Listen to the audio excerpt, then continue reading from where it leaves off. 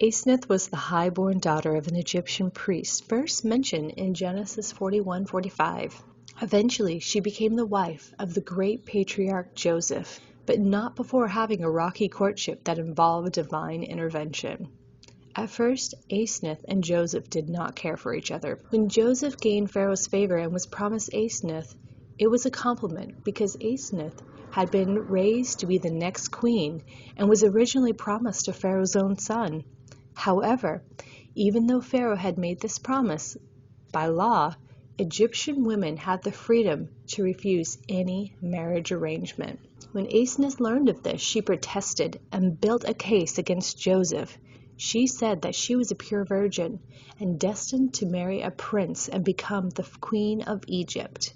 She was insulted at the marriage arrangement to a former slave that had just got out of prison for allegedly sexually assaulting another Egyptian woman. Joseph also argued that he should marry someone of his own faith in the covenant and that she was not worthy of him because she was from an idolatrous heathen nation. Asenath's parents invited Joseph to dinner in their palace, but Asenath refused to attend. During the dinner, she snuck down to see Joseph, and when she sees him, she realizes that he is a son of God and mightier than any pharaoh. Joseph saw her spying on him, and without realizing who she was, he asked for her to be removed. He had so many Egyptian women throwing themselves at him that he was constantly on guard and wary of his female fans. When the host explained that this was their daughter Asenath, Joseph is still not impressed with his future wife, but says he will pray for her and says he will return a week later.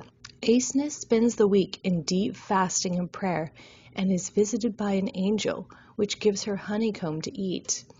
After the week-long fast and angelic encounter, Joseph returns, and he has had his own humble encounter with an angel and sees her not as an Egyptian woman, but as a daughter of God. They have an epic wedding celebration within the king's court. Eventually, they give birth to two sons, Ephraim and Manasseh.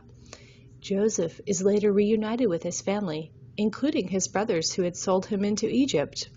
However, there is a villain to the story who is not happy with the arrangement, and that was the prince who was supposed to marry Asenath before Joseph came along and became Egypt's hero. He devised a plot to kill Joseph and take Asenath, but this plan is thwarted by Joseph's younger brother Benjamin. Joseph and Asenath continue to have a 48-year-long reign over Egypt. One of the many reasons why I love this story is because it is an epic drama full of fairy tale romance, intrigue, and plot twist that really appeal to the modern reader, even though the story is ancient. I also love the power and humility of both Joseph and Asenath, and that in order to make their relationship work, they had to lower their pride, see each other as God sees them, and accept each other and their differences. I also love how even though Asenath was an aristocrat, she embraced Joseph's brothers as her own, and she became one of them in a down-to-earth way while still maintaining her elegance.